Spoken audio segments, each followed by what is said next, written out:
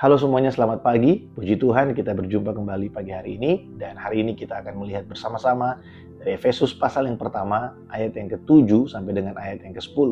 Saya akan membagi perenungan kita pagi hari ini ke dalam dua bagian, ya. Yang pertama ayat yang ke-7 dan dengan ayat yang ke-8 saya akan bacakan bagi setiap kita Efesus pasal yang pertama ayat 7 dan 8. Sebab di dalam Dia dan oleh darahnya kita beroleh penebusan, yaitu pengampunan dosa menurut kekayaan kasih karunia-Nya.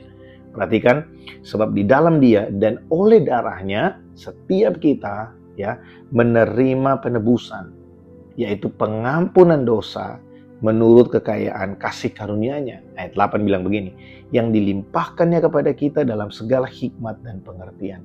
Jadi kekayaan kasih karunia Allah itu dilimpahkan kepada kita di dalam hikmat dan pengertian. Ini berbicara tentang keselamatan yang kita terima di dalam Tuhan Yesus, pengampunan dosa yang kita terima di dalam Tuhan Yesus, harusnya membawa kita pada pengertian-pengertian yang baru.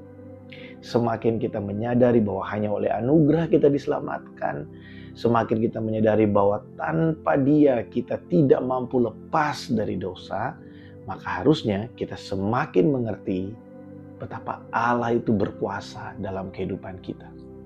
Tidak ada yang dapat kita lakukan untuk menebus dosa dan pelanggaran yang sudah kita lakukan.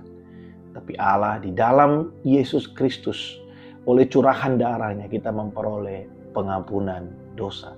Harusnya itu membuat kita semakin mengerti bahwa Allah itu berkuasa melakukan segala sesuatu yang tidak dapat kita pikirkan, yang tidak mampu kita lakukan. Sehingga dalam kehidupan sehari-hari kita semakin menjadi pribadi yang rendah hati. Kita semakin menjadikan Kristus sebagai pusat kehidupan kita. Kita menjadikan Kristus sebagai alasan dari segala hal yang kita lakukan setiap hari. Kenapa?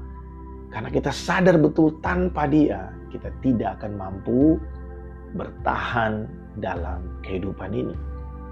Karena ya di dalam ayat yang ke-9 dan ayat yang ke-10, di sana firman Tuhan menjelaskan buat kita bahwa di dalam Kristus rencana Allah sejak semula itu digenapi. Apa rencana Allah?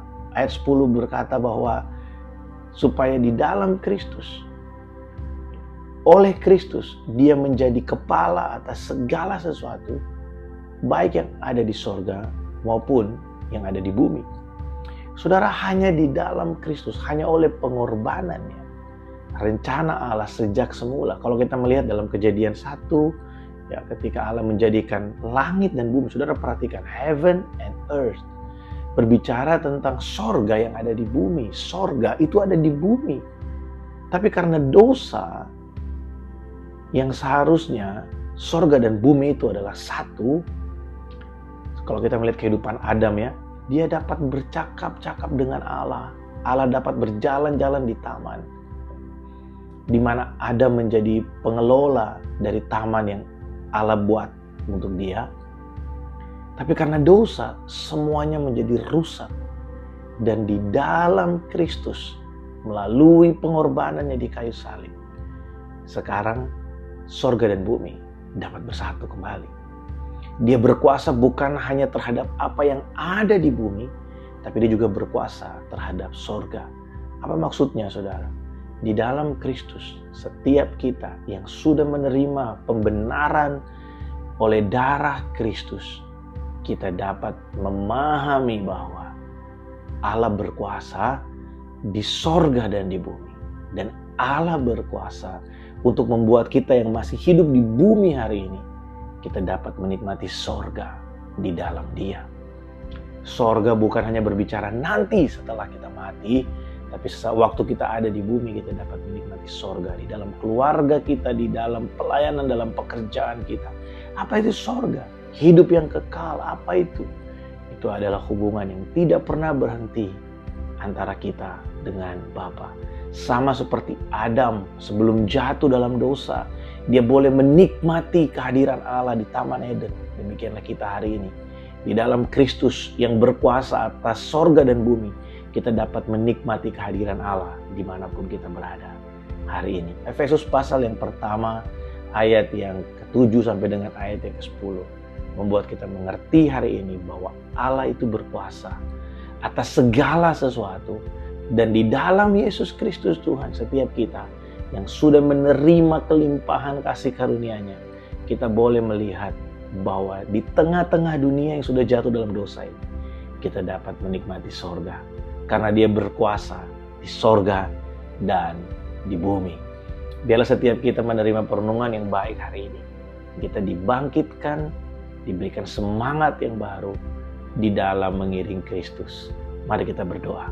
Terima kasih Bapa untuk pagi ini. Kami bersyukur untuk firman-Mu. Kami bersyukur untuk perkataan yang menguatkan kami. Kami menyerahkan kehidupan ini dalam tangan-Mu. Biarlah setiap kami dibuat untuk terus mengerti, semakin mengerti betapa Allah begitu mengasihi kami dan Engkau begitu berkuasa atas kehidupan kami. Tidak ada kuasa yang mampu mendandingi Engkau.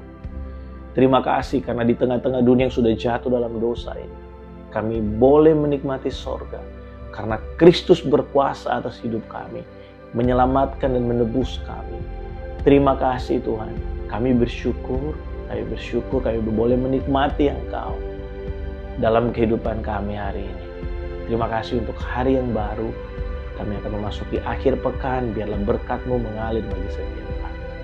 Terima kasih Bapa. Di dalam nama Tuhan Yesus kami berdoa. Amin. Selamat beraktivitas bagi kita semua. Selamat memasuki akhir pekan. Tuhan Yesus memberkati. Shalom.